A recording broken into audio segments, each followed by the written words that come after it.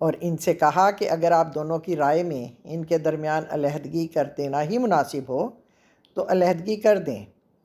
اسی طرح ایک مقدمے میں حضرت علی رضی اللہ تعالیٰ عنہ نے حکم یعنی ثالث مقرر کیے اور ان کو اختیار دیا کہ چاہیں ملا دیں اور چاہیں جدا کر دیں۔ اس سے یہ معلوم ہوا کہ پنچ بطور خود تو عدالتی اختیارات نہیں رکھتے، البتہ اگر عدالت ان کو مقرر کرتے وقت انہیں اختیارات دے دے تو پھر ان کا فیصلہ ایک عدالتی فیصلے کی طرح ہی نافذ ہوگا اور اسے مانا جائے گا۔ آئلی زندگی کے بارے میں ہدایات دینے کے بعد توحید کا حکم آتا ہے کہ صرف اللہ کی بندگی کرو اور اس کے ساتھ کسی کو شریک نہ ٹھہراؤ۔ دین اسلام کا ایک ہی کلیہ اور اصول ہے اور وہی تمام امور کے درمیان رابطہ ہے، یعنی پوری زندگی میں بندگی صرف اللہ کی جانی چاہیے، اللہ سے ہی ہدایات لینا اور ان پر عمل کرنا، اور اس کے سوا کسی سے بھی کوئی ہدایت نہیں لینی چاہیے۔ توحید کے حکم اور شرک کی نفی کرنے کے ساتھ ہی حقوق العباد کی ایک چھوٹی سی لسٹ دی جاتی ہے، کیونکہ حقوق العباد وہی شخص ادا کر سکتا ہے جو حقوق اللہ ادا کرتا ہو۔ حکم دیا جاتا ہے کہ والدین کے ساتھ احسان کرو، نیک برتاؤ کرو۔ والدین کا ذکر خصوصیت کے ساتھ کیا گیا ہے۔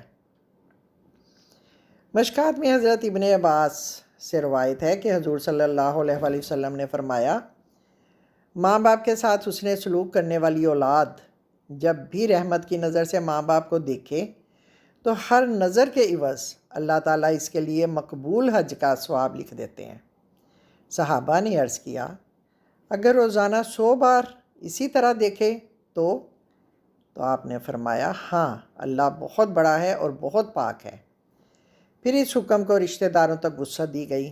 اسلام نیکی کے سلسلے میں جو ہدایات دیتا ہے کہ نیکی کی شروعات اپنے خاص اور عام رشتہ داروں سے کی جائے، یہ حکم انسانی فطرت کے عین مطابق ہے، کیونکہ انسان کو دوسرے لوگوں کی بنسبت اپنے رشتہ داروں کی مالی حالت اور ضروریات کا زیادہ علم ہوتا ہے۔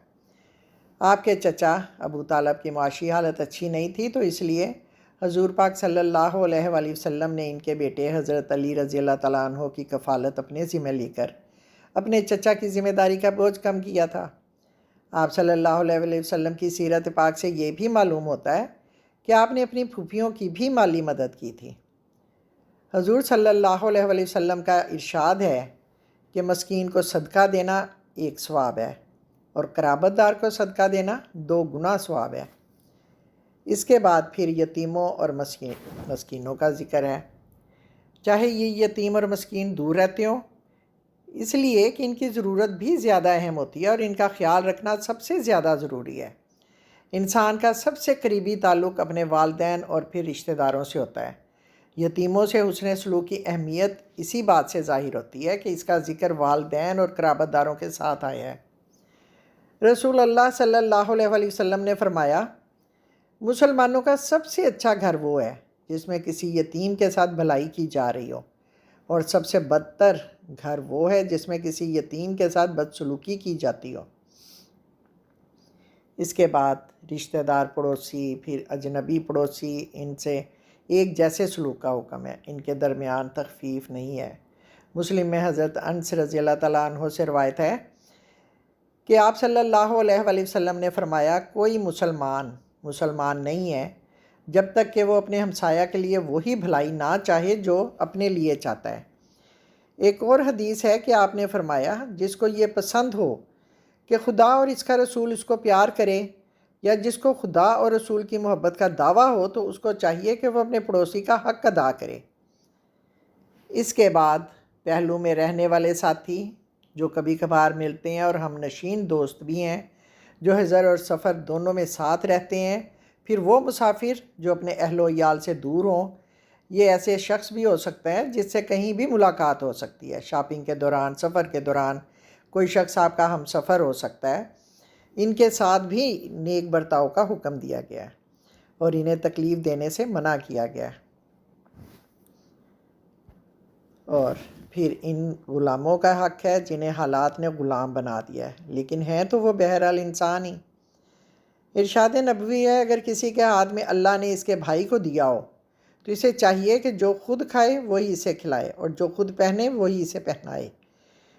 اسلام کا پہلا مؤذن حضرت بلال ایک حبشی غلام تھے۔ حضرت عمر رضی اللہ تعالیٰ عنہ جن کے نام سے دنیا کامتی تھی، بحیثیت خلیفہ حضرت بلال سے ملتے تو سیدی کہہ کر مخاطب کرتے۔ حضور کے ذاتی خادم حضرت انس کا کہنا ہے کہ میں نے 10 سال رسول اللہ کی خدمت میں گزارے۔ اس دوران انہوں نے مجھ سے ایک بار بھی نہیں پوچھا کہ تم نے یہ کام کیوں نہیں کیا یا یہ کام کیوں کیا ہے۔ وہ ہمیشہ مجھ سے نہایت شفقت فرماتے تھے۔ اس کے بعد احسان کے حکم کے بعد دوسرا حکم یہ آتا ہے کہ فخر و غرور بری خصلت ہے۔ جب انسان صرف اللہ کا بندہ بن کر تمام ہدایات اللہ سے ہی لیتا ہے تو وہ لوگوں پر خود بخود ہی احسان کرنا شروع کر دیتا ہے، صرف اللہ کی رضا اور آخرت کے اجر کی امید میں۔ وہ یہ کام نہایت ہی عاجزی، نہایت ہی نرمی کے ساتھ کرتا ہے، کیونکہ وہ یہ جانتا ہے کہ وہ جو کچھ دے رہا ہے وہ اللہ ہی نے اسے دیا ہے۔ وہ خود اپنے رزق اور مال و دولت کا خالق نہیں ہے، اسے تو اللہ کے ہاں سے سب کچھ ملتا ہے۔ اللہ تعالیٰ کی نعمت پر شوخی مارنے کے بجائے کہ میرے پاس یہ ہے، بلکہ اس پر اللہ کا شکر ادا کرنا چاہیے۔ بڑائی بیان کرنے والے کو اللہ نے ناپسند کیا ہے۔ اس کے بعد بخل اور بخل کی دعوت دینے والے کو اور اللہ کی نعمت اور فضل کو چھپانے کو بھی بری خصلتیں کہا گیا ہے۔ جو لوگ اپنا مال چھپا کر اور گن گن کر رکھتے ہیں اور اسے اللہ کی راہ میں خرچ نہیں کرتے، ان کی کنجوسی کو ناپسند کیا گیا ہے۔ ہمیں امت وسط بنایا ہے، یعنی ہمیں معتدل اور اعتدال میں رہنا ہے۔ اس سے ہم شوخی سے اور کنجوسی سے بچ جاتے ہیں۔ اللہ کے فضل کو چھپانا یہ ہے کہ اگر اللہ نے کسی کو دولت دی ہو لیکن نہ تو وہ یہ دولت اپنی ذات، نہ ہی اپنے اہل و عیال پر خرچ کرے اور نہ ہی اللہ کی راہ میں نیک کاموں میں خرچ کرے اور اپنی حیثیت سے گر کر رہے، لوگ اسے دیکھیں تو سمجھے کہ بیچارے کے بہت برے حالات ہیں، یہ دراصل اللہ تعالیٰ کی سخت ناشکری ہے۔ ایک دفعہ ایک شخص آپ کے پاس آیا تو اس کے بال گندے اور بکھرے ہوئے تھے اور لباس بھی میلا اور بوسیدہ تھا۔ ظاہری حالت سے معلوم ہوتا تھا کہ وہ ایک غریب آدمی ہے۔ آپ صلی اللہ علیہ وسلم نے جب اس کے بارے میں پوچھا تو معلوم ہوا کہ اس کے پاس تو بہت مال و دولت ہے۔ تو آپ صلی اللہ علیہ وسلم نے فرمایا، اللہ جب کسی بندے کو نعمت دیتا ہے تو وہ پسند کرتا ہے کہ اس نعمت کا اثر بندے پر ظاہر ہو۔ یہاں اب وہ مال جو لوگوں کو دکھانے کے لیے، صرف اپنی واہ واہ کروانے کے لیے خرچ کیا جائے، اسے بھی ناپسند کیا گیا ہے۔ کہا جاتا ہے ایسے لوگوں کو اللہ دھتکارے گا، اذیت دے گا اور انہیں ان کاموں پر سزا دی جائے گی۔ یعنی ان لوگوں کو تو اللہ پر یا آخرت پر یقین ہی نہیں ہے۔ ساتھ ہی اللہ تعالیٰ نے یہ فرما دیا کہ اس قسم کے لوگ شیطان کے ساتھی ہیں، اور جن لوگوں کا ساتھی شیطان ہو جائے تو سمجھ لو کہ وہ تو بہت ہی برا ساتھی ہے۔ بعض روایات میں آیا ہے کہ یہ آیات مدینہ کے بعض یہودیوں کے بارے میں نازل ہوئیں، کیونکہ ان میں جو بری خصلتیں بتائی گئی ہیں وہ یہودیوں پر پوری اترتی تھیں، جیسا کہ وہ منافقین پر پوری اترتی تھیں۔ اس دور میں اللہ نے ان پر جو فضل و کرم کیا تھا وہ اسے چھپاتے تھے۔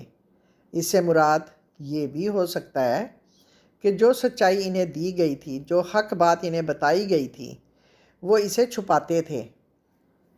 راہ ہدایت کا ملنا بھی اللہ کے فضل و کرم میں شامل ہے۔ ہماری بھی اللہ تعالیٰ سے یہی دعا ہونی چاہیے کہ اے اللہ تو ہم پر اپنا فضل و کرم بنائے رکھیں اور ہمیں نیک عمل کرنے کی توفیق عطا فرمائیں۔